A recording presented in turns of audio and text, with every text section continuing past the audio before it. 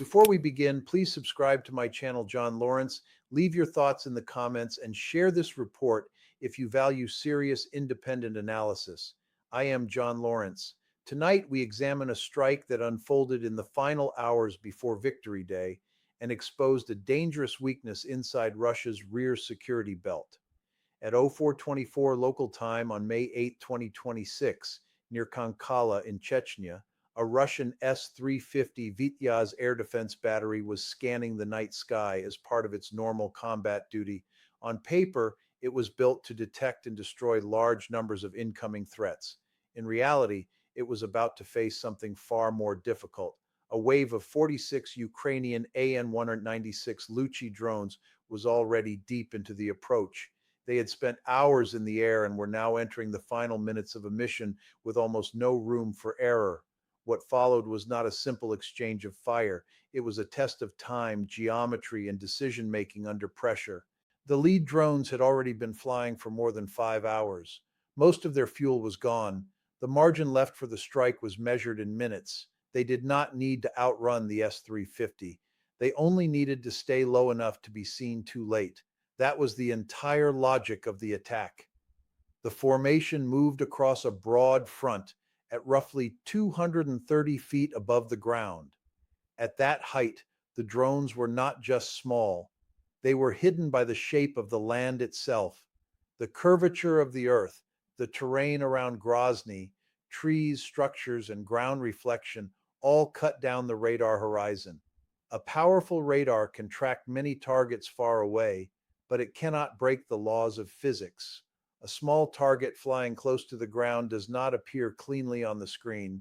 It emerges through clutter, then vanishes, then returns again when the reaction window is already collapsing. That is how an expensive air defense battery can begin losing a battle before it even understands the scale of the threat. Behind the lead group, more drones kept coming at very low altitude. Some of them were Morok UAVs built with simple materials, including plywood, making them cheap and difficult to deal with efficiently. That cost imbalance mattered. A drone worth around $30,000 could force a system worth hundreds of millions to expose itself, divide its attention, and spend interceptor missiles under severe time pressure. But the route into Kankala was not open. Russian electronic warfare zones could distort satellite signals and break radio links.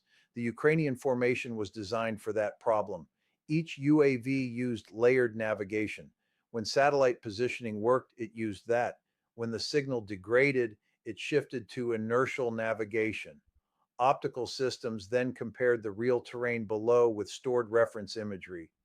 Roads, roofs, tree lines, fences, and building shapes became guides. Russia could jam GPS and interfere with communications. It could not jam the outline of the ground. That is why the swarm kept advancing. By the time Russian crews saw what was coming, the formation had already crossed the hardest part of the route. At 0447, the swarm began to change shape for the attack. 22 drones climbed to about 260 feet. 12 stayed around 150 feet. Another 12 dropped as low as 90 feet. This vertical spread created several target layers at once. Instead of one mass moving on one plane, Russian crews now faced a swarm distributed by altitude and approach path. At the same time, the S-350 battery remained in its normal night posture. The 50N6A multifunction radar scanned for threats inside heavy ground clutter. The 96L6E surveillance radar supported wider detection. The launchers stood ready with 9 M96 missiles. On paper, it was an advanced system built for a complex air picture, but complexity is not the same as control. By 0449, the closer defensive layer was handed to Buk M3 batteries. Their radars began trying to separate small, low-flying drones from the confused terrain background around Grozny.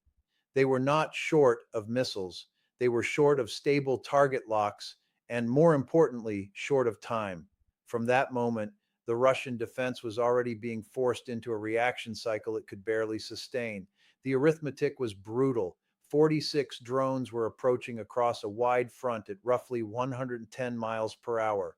If the Buk M3 crews could only achieve firm tracking at around 8 miles because of low altitude and clutter, they had less than 4 minutes before impact.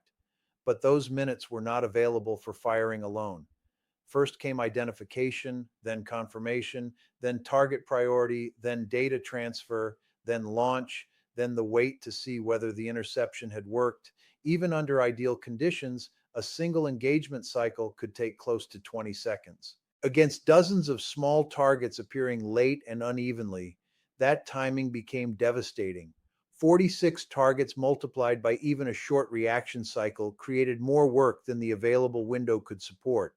The S-350 behind the Buck layer faced the same basic trap: too many drones, too low, too small, too late. This is how modern air defense can be dragged into overload without being physically destroyed first. The defenders may still have missiles ready, but their problem is no longer firepower. Their problem is sequence. The swarm is deciding the pace of the battle. To make matters worse, the drone formation kept widening. By Oro 451, the front had stretched to nearly 5 miles, and the approach shifted across a wider angle. That meant Russian crews could not stare at one sector and solve one problem at a time. Every change in tracking direction cost seconds. Every lost second meant the swarm moved hundreds of yards closer to Kankala. The 96L6E surveillance radar continued rotating, but many of the drones were still below the clean detection band. They blended with trees, power lines, rooftops, and ground noise. The S-350 launchers were ready, but their missiles depended on a stable enough radar picture to guide engagement. Expensive interceptors are not magic. If the target flickers in and out of clutter, the defender is no longer operating from strength. The Buk M3 batteries face the same dilemma. Against aircraft or helicopters, dozens of missiles could be decisive. Against a low-flying swarm entering from multiple angles at once, the real question was not how many rounds were available. The real question was whether there was enough time to use them intelligently before the attack crossed into the final mile. At 0455, the Buck M3 finally got the kind of stable lock it needed. The first targets were assigned, then the next, then more. A firing order followed. 12 9mm 3170 Met missiles left their launchers in rapid sequence, cutting white columns into the darkness before turning toward the incoming drones. At close range, the effect was immediate. 12 AN-196 Luchi were destroyed. For a moment, Russian defense appeared to recover control, but that brief success revealed the deeper problem. Launcher tubes were now empty. The system could not simply keep firing without pause. Reloading, reconnecting, and preparing another effective salvo would take time the defenders no longer had. The remaining 34 drones continued forward. Russia then committed 4 Su-30 fighters in emergency response. They arrived fast and launched another wave of air-to-air missiles. 16 more drones were shot down. In only a short period, 28 of the original 46 had been eliminated, yet the attack still continued. The surviving drones immediately changed behavior, dropping lower and pushing into terrain where the advantages of speed, radar, and missile performance began to disappear. Once the surviving drones sank closer to rooftops, power lines, and residential blocks, the character of the battle changed again. For the Su-30 crews, this became a dangerous dead zone. Air-to-air missiles like the R-73 are built to destroy targets against open sky, not chase small drones weaving through dense urban structure at very low altitude. A lost lock or a mistimed detonation could scatter fragments into civilian areas. At that point, even a technically successful intercept could create a political and operational disaster on the ground. The pilots reported the conditions and withdrew. Russia had just achieved a highly effective interception rate, but the attack was not over. At 0457, the remaining 18 drones were still headed toward the target area, and the distance was down to roughly 5 miles. Missiles and fighter aircraft no longer had clean engagement geometry. That left one major backup option: electronic warfare.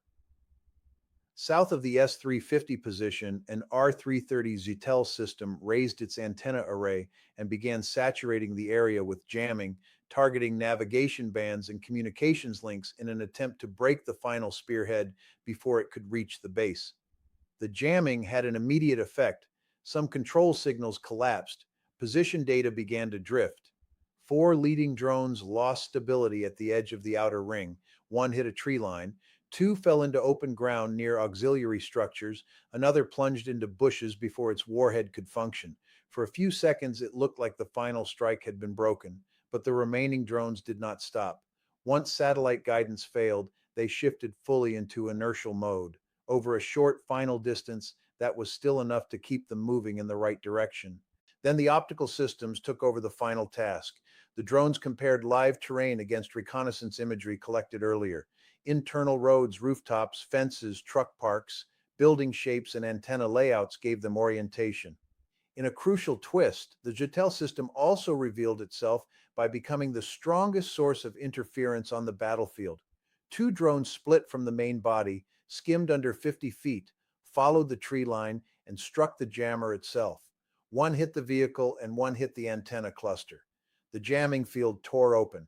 Communication flickered back. The final strike path became visible again. At 0458, the surviving drones entered the decisive phase. 12 signals remained. They no longer moved as one mass. The formation split into two separate spearheads. Four continued toward the military base at Kankala. Eight turned toward the Grozny Central Railway Station area.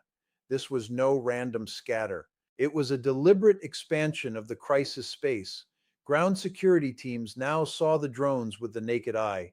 They were black shapes flying lower than rooftops at roughly 50 feet, moving fast across trees and structures.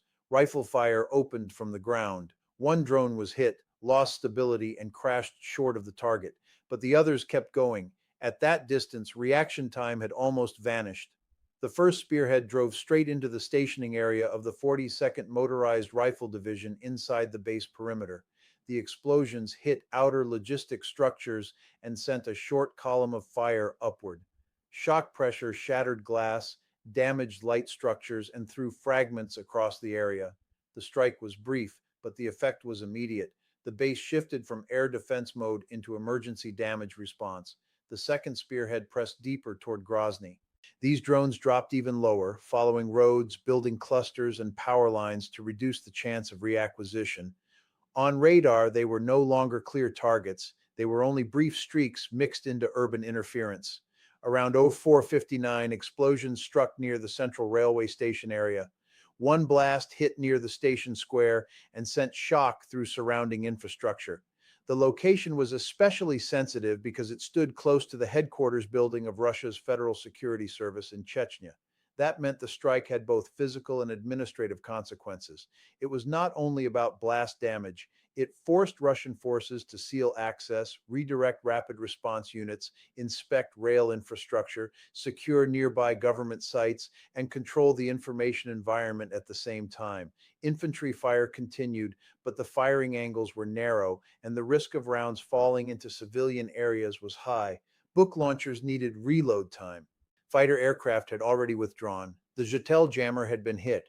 In the final seconds, what remained was confusion, sirens, overlapping orders, and a defense network struggling to recover cohesion. By 0510, the picture was clear. Russia had destroyed most of the incoming swarm through layered defense, but the surviving drones still forced a wider security crisis. One branch hit the military area, another forced a parallel emergency in the city. The result was larger than the physical damage alone. Reports tied the incident to temporary disruptions across multiple southern airports, showing that the real effect spread into transport, security management, and public confidence far behind the front. Official silence from Chechen authorities only deepened the meaning of the strike.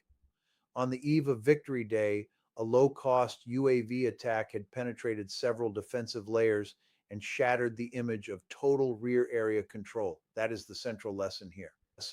Modern warfare does not always reward the side with the most expensive system. It often rewards the side that can compress time, split attention, and force critical decisions to come too late. If you value this kind of reporting, subscribe to my channel, John Lawrence, share this video, and tell me in the comments what mattered most in this attack: the missiles, the timing, or the silence that followed. Because tonight, the most dangerous question is still unanswered. How many more rear areas are only safe until the next swarm arrives?